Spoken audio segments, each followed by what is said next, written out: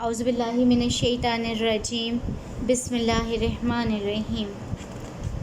خواجہ حسن نظامی نے مضمون لکھا ہے فاقے میں روزہ۔ یہ دہلوی تاجدار کے ایک کنبے کا فسانہ ہے۔ خواجہ حسن نظامی کا پورا نام سید علی حسن نظامی تھا، جبکہ علامہ اقبال نے انہیں خواجہ حسن نظامی کا نام دیا اور وہ اسی نام سے مقبول ہوئے۔ ان کی ولادت دہلی سے 3 میل دور بستی درگاہ حضرت خواجہ نظام الدین اولیاء میں ہوئی۔ ابھی خواجہ صاحب کی عمر صرف 11 برس تھی کہ ان کے سر سے ماں باپ کا سایہ اٹھ گیا۔ بڑے بھائی نے ان کی پرورش کی۔ خواجہ صاحب نے ایک ایسے ماحول میں آنکھ کھولی جہاں تصوف کی حکمرانی تھی۔ خواجہ صاحب کا تعلق ایک صوفی گھرانے سے تھا، اس لیے ایک مقصد کو سامنے رکھ کر انہوں نے سادہ، آسان اور عام فہم زبان میں تصور کے اسرار و رموز کو عام لوگوں کے لیے لکھنا شروع کیا۔ انہوں نے اپنی گرد و نما میں جو کچھ دیکھا منو ان بیان کیا۔ ان کے ہاں کہیں بھی تصنع اور بناوٹ نہیں ہے۔ ان کی تصانیف میں بیگمات کے آنسو، سپارہ دل، دہلی کی آخری شمع، بہادر شاہ ظفر کا روزنامچہ اور بہت ساری جو ہیں ان کی تصانیف شامل ہیں۔ اس میں سے ایک تصنیف جو ہے یہ فاقے میں روزہ، یہ میں آپ کو اس کے متعلق جو ہے سیکنڈ ایئر میں یہ شامل تھا کورس میں۔ بیگمات کے آنسو میں سے ہے، یہ بیگمات کے آنسو میں سے یہ لیا گیا ہے فاقے میں روزہ۔ اور اس میں جو ڈالا ہوا ہے انہوں نے دہلوی تاجدار کے ایک کنبے کا فسانہ۔ سیکنڈ ایئر میں Khyber Pakhtunkhwa textbook board Peshawar میں ہے یہ دیا گیا، اور یہ میں اس کا پڑھ رہی ہوں، چند پیراگرافس میں پڑھوں گی۔ بسم اللہ الرحمن الرحیم۔ خواجہ حسن نظامی لکھتے ہیں کہ جب دہلی زندہ تھی اور ہندوستان کا دل کہلانے کا حق رکھتی تھی، لال قلعہ پر تیموریوں کا آخری نشان لہرا رہا تھا۔ انہی دنوں کا ذکر ہے کہ مرزا سلیم بہادر جو ابو ظفر بہادر شاہ کے بھائی تھے، اپنے مردانہ مکان میں بیٹھے ہوئے دوستوں سے بھی تکلفانہ باتیں کر رہے تھے کہ اتنے میں زنان خانے سے ایک لونڈی باہر آئی اور ادب سے عرض کیا، حضور بیگم صاحبہ یاد فرماتی ہیں۔ مرزا سلیم فوراً محل میں چلے گئے اور تھوڑی دیر بعد مغموم واپس آئے، یعنی آپ سمجھ چکے ہوں گے، غمگین واپس آئے۔ ایک بے تکلف ندیم نے عرض کیا، خیر باشد مزاج عالی مقدر باتا ہوں۔ مرزا نے مسکرا کر جواب دیا، نہیں کچھ نہیں، بعض اوقات اماں حضرت خواہ مخواہ ناراض ہو جاتی ہیں۔ کل شام کو افطاری کے وقت نندن خان گویہ گا رہا تھا اور میرا دل بہلا رہا تھا۔ اسی وقت اماں حضرت قرآن شریف پڑھا کرتی ہیں، ان کو یہ شروع ناگوار معلوم ہوا۔ آج ارشاد ہوا ہے کہ رمضان میں گانے بجانے کی محفلیں بند کر دی جائیں، بھلا میں اس تفریحی عادت کو کیوں کر چھوڑ سکتا ہوں؟ ادب کے لحاظ سے قبول تو کر لیا، مگر اس کی پابندی سے جی الجھتا ہے۔ حیران ہوں کہ یہ 16 دن کیوں کر بسر ہوں گے۔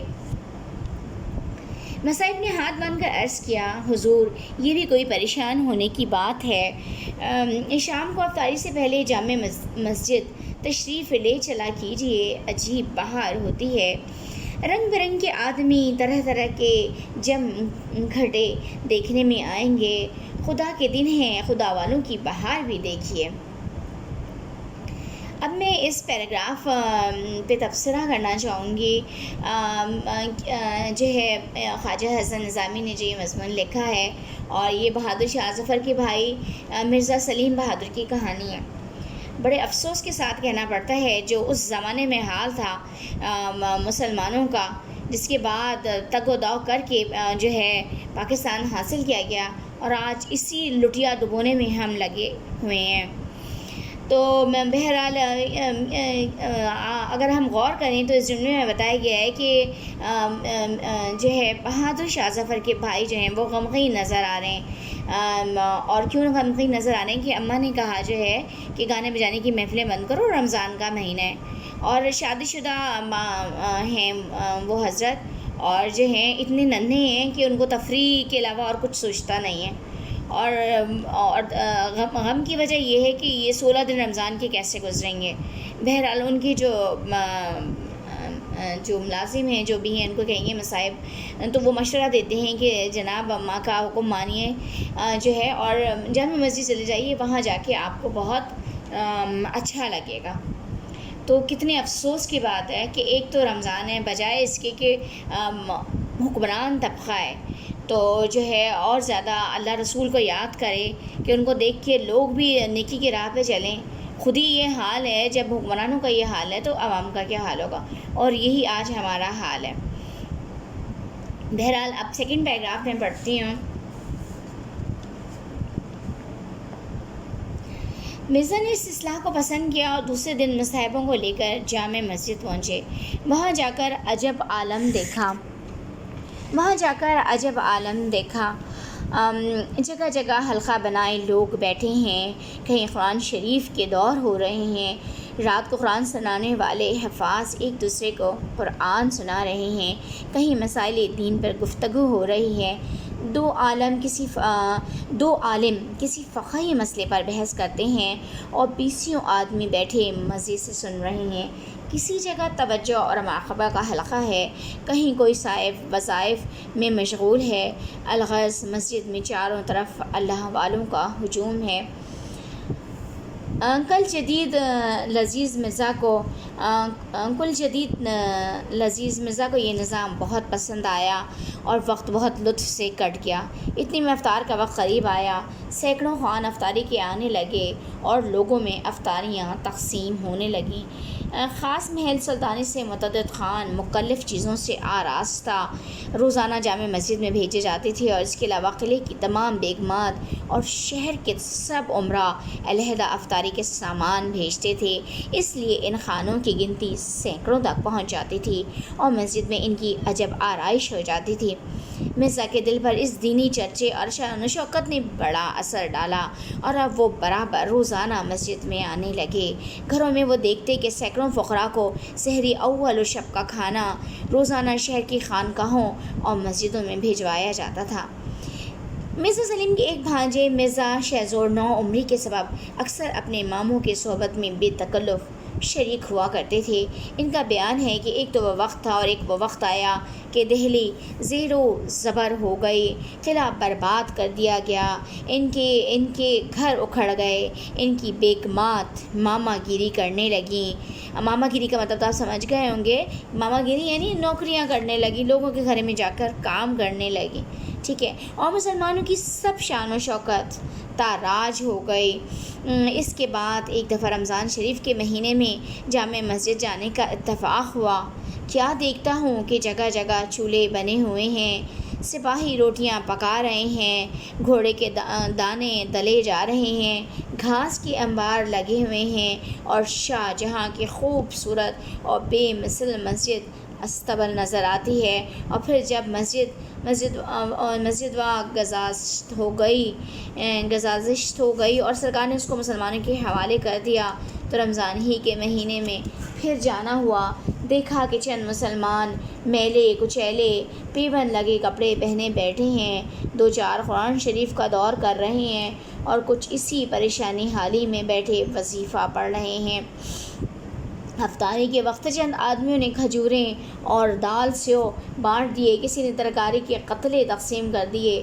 نہ وہ اگلا سا سما، نہ وہ اگلی سی چہل پہل، نہ وہ پہلے کی سی شان و شوکت۔ یہ معلوم ہوتا تھا کہ بیچارے فلک کے مارے چند لوگ جمع ہو گئے ہیں۔ اس کے بعد آج کل کا زمانہ بھی دیکھا، جبکہ مسلمان چاروں طرف سے دب گئے ہیں۔ انگریزی تعلیم یافتہ مسلمان مسجد میں نظر ہی کم آتے ہیں، غریب غربا آئے تو ان سے رونق کیا خاک ہو سکتی ہے۔ پھر یہ غنیمت ہے کہ مسجد آباد ہے۔ مرزا شہزور کی باتوں میں بڑا درد اور اثر تھا۔ ایک دن میں نے ان سے غدر کا قصہ اور تباہی کا فسانہ سننا چاہا۔ یہ بات جو ہے خواجہ حسن نظامی فرما رہے ہیں، جو انہوں نے مرزا شہزور کی باتیں جو ہیں لکھ کر یہ جو ہے بیگمات کے آنسو کے نام سے یہ انہوں نے جو ہے تصنیف کی ہے، اور دہلوی تاجدار کے ایک کنبے کا فسانہ ہے یہ، تو یہ ان کی زبانی اصل میں یہ کہانی لکھی جا رہی ہے۔ تو اس میں چند لائنیں میں اپنی طرف سے میں بول دیتی ہوں جو تھوڑا مجھے لگتا ہے کہ اسٹوڈنٹس کو سمجھنے میں مشکل ہوگی۔ جی ہاں، تو میں یہ بول رہی تھی کہ اس کے ہاں اب وہ لکھتے ہیں، خواجہ حسن نظامی لکھتے ہیں، اس کے بیان کرنے میں عذر و مجبوری ظاہر کرنے لگے، یعنی مرزا شہزور جو ہیں غدر کا واقعہ جو ہے بیان کرنے میں عذر و مجبوری ظاہر کرنے لگے، لیکن جب میں نے زیادہ اصرار کیا تو اپنی دردناک کہانی اس طرح سنائی۔ جب انگریزی توپوں اور سنگینوں نے ہمارے ہاتھ سے تلوار چھین لی، تاج سر سے اتار لیا، تخت پر قبضہ کر لیا، شہر میں آتشناک گولیوں کا مینہ برس چکا، میں برس چکا، سات پردوں میں رہنے والیاں بے چادر ہو کر بازار میں اپنے وارثوں کی تڑپتی لاشوں کو دیکھنے نکل آئیں، چھوٹے بن باپ کے بچے ابا ابا پکارتے ہوئے بے یار و مددگار پھرنے لگے۔ حضور ظل سبحانی جن پر ہم سب کا سہارا تھا، یہ بہادر شاہ ظفر کے بارے میں کہا جا رہا ہے، وہ ان کے بارے میں کہہ رہے ہیں مرزا شہزور۔ حضور ظل سبحانی جن پر ہم سب کا سہارا تھا، قلعہ چھوڑ کر باہر نکل گئے۔ اس وقت میں نے بھی اپنی بوڑھی والدہ، کمسن بہن اور بیوی کو ساتھ لے کر اور اجڑے قافلے کا سالار بن کر گھر سے کوچ کیا۔ ہم لوگ 2 رتھوں میں سوار تھے، سیدھے غازی آباد کا رخ کیا، مگر بعد میں معلوم ہوا کہ وہ راستہ انگریزی لشکر کی جولان گاہ بنا ہوا ہے، اس لیے شاید رہ سے واپس ہو کر قطب صاحب چلے گئے اور وہاں پہنچ کر رات کو آرام کیا اور اس کے بعد صبح آگے روانہ ہوئے۔ چھترپور کے قریب گجروں نے حملہ کیا اور سب سامان لوٹ لیا، مگر اتنی مہربانی کی کہ ہم کو زندہ چھوڑ دیا۔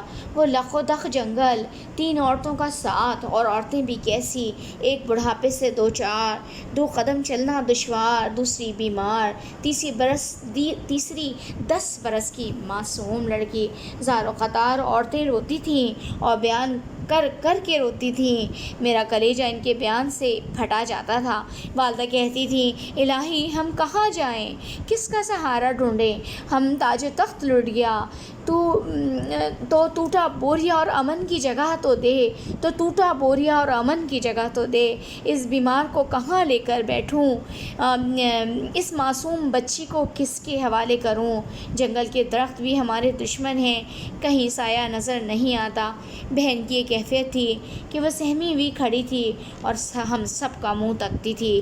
مجھ کو اس معصومانہ بے کسی پر بڑا ترس آتا تھا۔ آخر مجبوراً میں نے عورتوں کو دلاسا دیا اور آگے چلنے کی ہمت بندھائی۔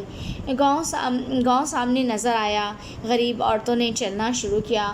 والدہ صاحبہ قدم قدم پر ٹھوکریں کھاتی تھیں اور سر پکڑ کر بیٹھ جاتی تھیں، اور جب یہ کہتیں، تقدیر ان کو ٹھوکریں کھلواتی ہے جو تاجوروں کے ٹھوکریں مارتے تھے، قسمت نے ان کو بے بس کر دیا جو بھی کسوں کے کام آتے تھے۔ ہم چنگیز کی نسل ہیں جس کی تلوار سے زمین کانپتی تھی، ہم تیمور کی اولاد ہیں جو ملکوں کا اور شہریاروں کا شاہ تھا، ہم شاہ جہاں کے گھر والے ہیں جس نے ایک قبر پر جواہر نگار بہار دکھا دی اور دنیا میں بے نظیر مسجد دہلی کے اندر بنا دی، ہم ہندوستان کے شہنشاہ کے کنبے میں ہیں، ہم عزت والے تھے، زمین میں ہمیں کیوں ٹھکانہ نہیں ملتا، وہ کیوں سرکشی کرتی ہے، آج ہم پر مصیبت ہے، آج ہم پر آسمان روتا ہے۔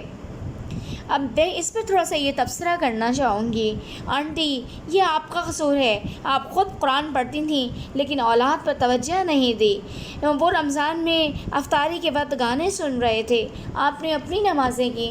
میں افسوس کے ساتھ کہہ رہی ہوں، آپ کا انتقال ہو چکا ہے لازمات، یہ بہت پرانے زمانے کی بات ہے، کہاں بہادر شاہ ظفر کا وقت چل رہا ہے، ابھی تو 1857 کی جنگ آزادی جسے انگریز غدر کا نام دیتے ہیں وہ بھی نہیں لڑے گئے، لیکن جو آپ یہ کہہ رہی ہیں تو آج میں آپ کو اس لیے بول رہی ہوں کہ یہی ہم عورتوں کا رونا ہے، یہی عورتیں ہم رو رہے ہیں کہ ہمارے بچے ویڈیو گیم موبائلز کے اتنے دیوانے ہو گئے کہ ہم ان کو کہتے ہیں بند کرو، ہم قرآن پڑھ رہے ہیں، بند کرو ہم قرآن سن رہے ہیں، تو وہ نہیں سنتے۔ تو آج میں بچوں کو نہیں کہوں گی کہ ان کو ہم نے بگاڑا ہے، ہمارے گھر کے کسی نہ کسی ایک فرد نے بگاڑا ہے، اور ہمارا قصور تھا کہ ہم نے لڑنا تھا ان سے، لیکن ہم نہیں لڑے، ہم نے اپنی نمازیں کی پرواہ کی، ہم نے اپنی ٹکر پہ ٹکر ماری، آج میں اس بات پہ تبصرہ اس لیے کرنا چاہوں گی کہ مولانا اسرار کو ہر کوئی چاہتا ہے، اور خود ان کی زبان میں ریکارڈ ہے کہ اللہ تعالیٰ اس قوم پہ آفت نازل کرتا ہے جو ہے حضرت لوط علیہ السلام کے زمانے میں۔ آپ ان کو سنتے ہیں، ساحل ادیم کو سنتے ہیں، وہ کیا کہتے ہیں کہ سب سے پہلے ان نیکوکاروں پہ ڈالو کہ اس کا خون نہیں کھولا۔ یہ ڈاکٹر اسرار کے الفاظ ہیں جو میں اپنے الفاظ میں بیان کر رہی ہوں کہ مصیبتیں جو ہے وہ غلط کام کرتے رہے، مصیبتیں ہوتی رہیں، لیکن وہ صرف اپنی نماز دیکھ رہے ہیں۔ تو میں آپ کو آنٹی کہہ رہی ہوں، آپ خبر میں ہوں گی، لیکن اصل میں آپ کو نہیں، اصل میں اپنے آپ سے اور اپنی جیسی تمام عورتوں سے مخاطب ہوں جن کی اولاد جوان ہو گئی ہے اور جو ہے وہ صرف موبائل میں پڑی ہوئی ہے۔ اس کے نزدیک صرف آرام طلبی اور صرف آرام طلبی اس کا شیوا ہے۔ حتیٰ کہ بعض ہم میں ایسی عورتیں ہیں جو اپنی اولاد کو خود تو کہتی ہیں لیکن ان کے گھر کے دوسرے افراد نہیں کہتے، تو وہ ان عورتیں ان کے اوپر نہیں کرتی جن کا ان پر زور چلتا ہے۔ تو پھر آپ کو کچھ نہ کچھ تو کرنا پڑے گا، آپ کو ان سے کچھ نہ کچھ تو جھگڑا کرنا پڑے گا، کیونکہ آپ کو اللہ کی نظر میں تو سرخرو ہونا ہے، یا ورنہ اگر آپ اللہ کی نظر میں سرخرو نہیں ہونا چاہتے تو پھر اللہ آپ کو اسی طرح زندہ درگور کرے گا جس طرح آنٹی آپ ہو گئیں۔ تو آج میں اپنے بچوں کو، اپنے اسٹوڈنٹس کو یہ سمجھانا چاہتی ہوں کہ دیکھو کیسا مشکل وقت پڑا۔ تو بہرحال میں یہ کہہ رہی ہوں کہ آگے جو ہے پھر وہ یہ کہانی بیان کر رہے ہیں، مرزا شہ زور جو ہے یہ کہانی بیان کر رہے ہیں جن کو خواجہ حسن نظامی بیان کر رہے ہیں۔ تو اب جو وہ کہانی جو بیان کر رہی ہیں تو بدن پر رومٹے کھڑے ہو جاتے تھے۔ القصہ بہزار وقت دشواری گرتے پڑتے گاؤں میں پہنچے۔ یہ گاؤں مسلمان میواتیوں کا تھا۔ انہوں نے ہماری خاطر کی اور اپنی چوپاڑ میں کچھ روز ان مسلمان گواروں نے ہمارے کھانے پینے کی خبر رکھی اور چوپاڑ میں ہم کو ٹھہرائے رکھا، لیکن کب تک یہ بار اٹھا سکتے تھے؟ اکتا گئے اور ایک دن مجھ سے کہنے لگے کہ میاں جی چوپاڑ ایک بارات آنے والی ہے، تو دوسرے چھپڑ میں چلا جا اور رات دن تھالی یعنی بیکار بیٹھے کیا کرے ہے، کچھ کام کیوں نہیں کرتا؟ میں نے کہا بھائی جہاں تم کہو گے وہیں جا پڑیں گے، ہم چوپاڑ میں رہنے کی حوث نہیں۔ جب فلک نے عالیشان محل چھین لیے تو اس کچے مکان پر ہم کیا ضد کریں گے؟ اور رہی کام کرنے کی بات، سو میرا جی تو خود گھبراتا ہے، خالی بیٹھے ہوئے طبیعت اکتائی جاتی ہے۔ مجھ کو کوئی کام بتاؤ، ہو سکے گا تو آنکھوں سے کروں گا۔ ان کا چودھری بولا ہم نے کہ بیرا یعنی کہ ہمیں کیا خبر۔ وہ جاہل گنوار لوگ تھے، ان کی اردو انہی کے زبان میں لکھ دی جو انہوں نے مرزا شہ زور نے جو کہانی سنائی ہے جسے خواجہ حسن نظامی لکھتے ہیں۔ ہمیں کیا خبر کہ تو کیا کام کر سکے ہے۔ میں نے جواب دیا میں سپاہی زادہ تیغ تفنگ چلانا میرا ہنر ہے، اس کے علاوہ اور کوئی کام نہیں جانتا۔ گنوار ہنس کر کہنے لگے نہ بابا، یہاں تو ہل چلانا ہوگا، گھاس کھودنی پڑے گی۔ ہم نے تلوار کے ہنر کیا کرنے ہیں؟ گنواروں کے اس جواب سے میری آنکھوں میں آنسو آ گئے اور جواب دیا کہ بھائیوں مجھ کو تو ہل چلانا اور گھاس کھودنی نہیں آتی۔ مجھ کو روتا دیکھ کر گنواروں کو رحم آ گیا اور بولے اچھا تو ہمارے کھیت کی رکھوالی کیا کر اور تیری عورتیں ہمارے گاؤں کے کپڑے سی دیا کریں، فصل پر تجھ کو اناج دے دیا کریں گے، تجھ کو برس دن کو کافی ہوگا۔ چنانچہ یہی ہوا کہ میں سارا دن کھیت پر جانور اڑایا کرتا تھا اور گھر میں عورتیں کپڑے سیتی تھیں۔ ایک دفعہ ایسا ہوا کہ بھادوں کا مہینہ آیا اور گاؤں میں سب کو بخار آنے لگا، میری اہلیہ اور بہن کو بھی بخار نے آن دبایا۔ وہ گاؤں، وہاں دوا اور حکیم کا کیا ذکر، خود لوٹ پوٹ کر اچھے ہو جاتے تھے، مگر ہم کو دواؤں کی عادت تھی، سخت تکلیف اٹھانی پڑی۔ اسی حالت میں ایک دن اس زور کی بارش ہوئی کہ جنگل کا نالا چڑھ آیا اور گاؤں میں کمر پانی ہو گیا۔ گاؤں والے تو اس کے عادی تھے، لیکن ہماری حالت اس طوفان کے سبب مرنے سے بدتر ہو گئی۔ چونکہ پانی ایک دفعہ ہی رات کے وقت گھس آیا تھا، اس لیے ہماری عورتوں کی چارپائیاں بالکل غرق آب ہو گئیں۔ آخر بڑی مشکل سے چھپر کی بلائیوں میں 2 چارپائیاں اڑا کر عورتوں کو ان پر بٹھایا۔ پانی گھنٹہ بھر میں اتر گیا، مگر غضب یہ ہوا کہ کھانا اور اناج اور اوڑھنے بچھانے کے کپڑے تک تر کر گیا۔ پچھلی رات میری بیوی کے جاڑے سے بخار آیا. اس وقت کی پریشانی بس بیان کرنے کے قابل نہیں. اندھیرا، گھپ، مہ کی جھڑی، کپڑے سب گیلے، آنکھ کا سامان ناممکن. حیران تھے الہی کیا انتظام کیا جائے. مریضہ کی حالت نہایت ابتر ہو گئی، یہاں تک کہ تڑپنے لگی اور تڑپتے تڑپتے جان دے دی. چونکہ وہ ساری عمر ناز و نعمت میں پلی تھیں، غدر کی مصیبتیں ہی ان کی ہلاکت کے لیے کافی تھیں. خیر اس وقت تو جان بچ گئی، مگر یہ بات کا جھٹکا ایسا برا لگا کہ جان لے کر گیا. صبح ہو گئی، گاؤں والوں کو خبر ہوئی تو انہوں نے کفن وغیرہ منگوا دیا اور دوپہر تک یہ محتاج شہزادی گورے غریبہ میں ہمیشہ کے لیے جا سوئی. اگر آپ غور کریں گے تو آپ کو رونا آئے گا. اور کیوں نہ آئے گا رونا، کیونکہ یہ بالکل وہی کہانی ہے جو ابھی چل رہی ہے. جب کہا جاتا ہے ان کو کہ روکیں موبائل کو، حد سے زیادہ بچوں کے استعمال کو، تو ہر ایک کانوں کو انگلیاں لگاتا ہے، یہ تو سب کرتے ہیں، یہ تو سب کرتے ہیں. تو بات اصل میں یہ ہے کہ کچھ نہ کچھ ہم غلط ضرور کر رہے ہیں. اللہ کل بھی تھا، آج بھی ہے اور ہمیشہ رہے گا. جس نے اللہ کا کہا مانا اس کی مدد ضرور آئے گی، اور جس نے نہیں مانا وہ اسی طرح ذلیل و خوار ہوں گے جس طرح یہ ذلیل و خوار ہو گئے. بہرحال میں پھر اب خواجہ حسن نظامی کی تحریر پڑھ رہی ہوں. اب ہم کو کھانے کی فکر ہوئی، کیونکہ اناج سب بھی سڑ گیا تھا. گاؤں والے سے بھی مانگتے ہوئے لحاظ آتا تھا، وہ بھی ہماری طرح اسی مصیبت میں گرفتار تھے. تاہم ہمارے گاؤں کے چودھری کو خود ہی خیال ہوا اور اس نے قطب صاحب سے 1 روپیہ کا آٹا منگوا دیا. وہ آٹا نصف کے قریب خرچ ہوا ہوگا کہ رمضان شریف کا چاند نظر آیا. والدہ صاحبہ کا دل بہت نازک تھا. وہ ہر وقت گزشتہ زمانے کو یاد کیا کرتی تھیں. رمضان کا چاند دیکھ کر انہوں نے ایک ٹھنڈا سانس بھرا اور چپ ہو گئی. میں سمجھ گیا کہ ان کو اگلا وقت یاد آ گیا ہے. تسلی کی باتیں کرنے لگا جس سے ان کو کچھ دھاڑس ہو گئی. 4-5 دن تو آرام سے گزر گئے، مگر جب آٹا ختم ہو چکا تو بڑی مشکل درپیش ہوئی. سوال کرتے ہوئے شرم آتی تھی اور پاس ایک کوڑی نہ تھی. شام کو پانی سے روزہ کھولا، بھوک کے مارے کلیجہ منہ کو آتا تھا.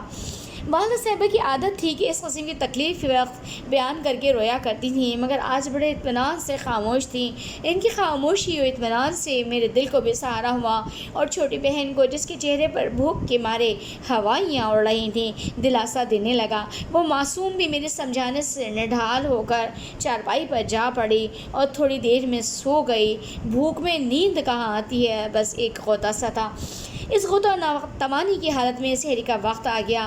والدہ صاحبہ اٹھیں اور تہجد کی نماز کے بعد جن دردناک الفاظ میں انہوں نے دعا مانگی اس کی نقل کرنا محال ہے. حاصل مطلب یہ ہے کہ انہوں نے بارگاہ الہی میں عرض کیا کہ ہم نے ایسا کیا قصور کیا ہے جس کی یہ سزا مل رہی ہے. رمضان کے مہینے میں ہمارے گھر سے سینکڑوں محتاجوں کو کھانا ملتا تھا، اور آج ہم خود دانے دانے کو محتاج ہیں اور روزے پر روزہ رکھتے ہیں. خداوند اگر ہم سے قصور ہوا ہے تو اس معصوم بچی نے کیا خطا کی جس کے منہ میں کل سے ایک کھیل اڑ کر نہیں گئی. دوسرا دن بھی یوں ہی گزر گیا اور فاقہ میں روزہ رکھا. شام کے قریب چودھری کا آدمی دودھ اور میٹھے چاول آیا اور بولا، آج ہمارے نیاز تھی، یہ اس کا کھانا ہے اور 5 روپیہ زکوٰۃ کے ہیں اور 5 روپیہ زکوٰۃ کے ہیں. ہر سال بکریوں کی زکوٰۃ دیا کرتے ہیں، مگر اب کے نقد زکوٰۃ دے دیا ہے. یہ کھانا اور روپے مجھ کو ایسی نعمت معلوم ہوئی کہ گویا بادشاہت مل گئے. خوشی خوشی والدہ کے آگے سارا قصہ کہتا جاتا تھا اور خدا کا شکرانہ بھیجتا تھا، مگر یہ خبر نہ تھی کہ گردش فلاکت نے مرد کے خیال پر تو اثر ڈال دیا، لیکن عورت ذات جوں کی دوں اپنی قدیمی غیرت داری پر قائم ہے. چنانچہ میں نے دیکھا کہ والدہ کا رنگ متغیر ہو گیا. باوجود فاقہ کی ناتوانی کے انہوں نے تیور بدل کر کہا، تف ہے تیری غیرت پر، یعنی افسوس ہے تیری غیرت پر. خیرات اور زکوٰۃ لے کر آیا ہے اور خوش ہوتا ہے. ارے اس سے مر جانا بہتر تھا. اگرچہ ہم مٹ گئے مگر ہماری حرارت نہیں مٹی. میدان میں نکل کر مر جانا یا مار ڈالنا اور تلوار کے زور سے روٹی لینا ہمارا کام ہے، صدقہ خوری ہمارا شیوا نہیں. والدہ کی ان باتوں سے مجھے پسینہ آ گیا اور شرم کے مارے ہاتھ پاؤں ٹھنڈے ہو گئے، چاہا کہ اٹھ کر یہ چیزیں واپس کر آؤں، مگر والدہ نے روکا اور کہا خدا کو ہی یہی منظور ہے تو ہم کیا کریں، سب کچھ سہنا ہوگا۔ یہ کہہ کر کھانا رکھ لیا اور روزہ کھولنے کے بعد ہم سب نے مل کر کھایا۔ 5 روپے کا آٹا منگوا لیا جس سے رمضان خیر خوبی سے بسر ہو گیا۔ اس کے بعد 6 مہینے گاؤں میں اور رہے، پھر دہلی چلے آئے۔ یہاں آ کر والدہ کا انتقال ہو گیا اور بہن کی شادی کر دی۔ انگریزی سرکار نے میری بھی 5 روپے ماہوار پینشن مقرر کر دی ہے، جس پر آج کل زندگی کا انحصار ہے۔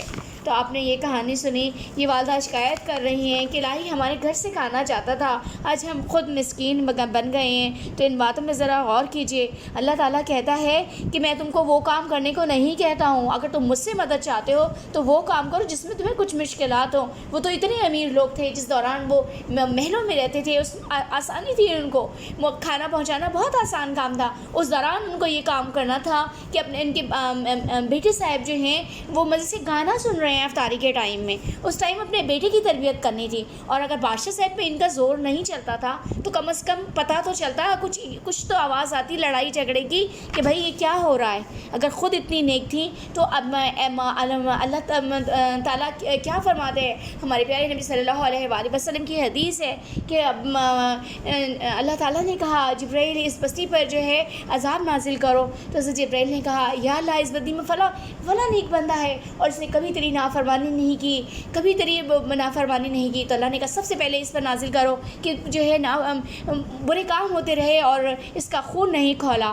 تو اب اللہ تعالیٰ کو اس چیز سخت ناپسند ہے، ٹھیک ہے، تو گھن کے ساتھ لڈو بھی پیستا ہے۔ تو کم از کم آپ جو ہے سب سے جو ہے کمزور درجہ جو ہے، اگر آپ کوئی کام کسی غلط کام کو ہوتا ہوا تو دیکھو تو آپ طاقت کی بل پہ روکو، اگر اس سے نہیں روک سکتے ہو، اگر ہاتھ سے نہیں روک سکتے ہو تو زبان سے روکو، اور زبان سے نہیں روک سکتے ہو تو دل میں برا سمجھو، اور یہ تو سب سے کم تر ذریعہ ہے۔ تو کیا آپ کا تو اپنے بیٹے پہ اختیار تھا اور آپ نے کہا کہ یہ محفلیں بند کرو، تو اور اب میں اس بات کو وہ تو چلی گئی لازمات ہے، اللہ ان کی مغفرت فرمائے، لیکن ابھی ہم زندہ ہیں، اللہ سب کی مغفرت فرمائے جو گزر گئے ہیں اور جو اس وقت موجود ہیں، وہ بجائے آپس میں لڑنے کے، جتنے علماء موجود ہیں وہ بجائے آپس میں لڑنے کے جو ہے سب متحد ہو جائیں۔ ذرا سی بات کو آپ لوگوں نے اختلاف کا ذریعہ بنا لیا ہے۔ کسی کو یہ شکایت ہے کہ بریلوی مسلمان نہیں، کسی کو یہ شکایت ہے کہ شیعہ مسلمان نہیں، ہر ایک دوسرے پہ ارے اللہ تعالیٰ جو ہے اللہ تعالیٰ کا ہر حکم خیر کے لیے ہوتا ہے، حتیٰ کہ اگر وہ کسی قوم کو عذاب دینے کا بھی فیصلہ کرتا ہے تو وہ بھی خیر کے لیے ہوتا ہے، شر کے لیے نہیں۔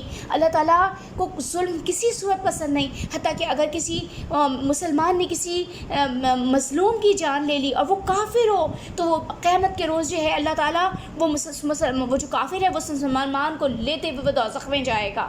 تو یہ اللہ تعالیٰ کو ظلم کسی بھی صورت جو ہے وہ پسند نہیں ہے، تو آپ کو ظلم کے خلاف بولنا چاہیے آپ بجائے اس کے، اور اللہ تعالیٰ نے کہا ہے کہ تمہارے درمیان جو اختلاف ہیں اس کا فیصلہ اللہ قیامت کے دن کر دے گا، تو آپ ان اختلاف کو ہوا بنا کر بیٹھ گئے ہو، ٹھیک ہے۔ اور جس چیز کی طرف توجہ ہونی چاہیے یعنی ظلم سے روکو، ہر طرح کے ظلم سے روکو، اور اس کے لیے ہمارے علماؤں کی اللہ تعالیٰ آوازیں کھول دے، ہمارے حکمرانوں کو عقل دے، ہر طرح کی عقل دے۔ آخر میں اپنی منسٹر بہن مریم نواز سے کہنا چاہتی ہوں کہ آپ سب لوگوں سے ہمیں کوئی شکایت نہیں ہے، اس سے کہ ہم خود بحیثیت عوام، بحیثیت ٹیچرز ہم سب کی غلطی ہے۔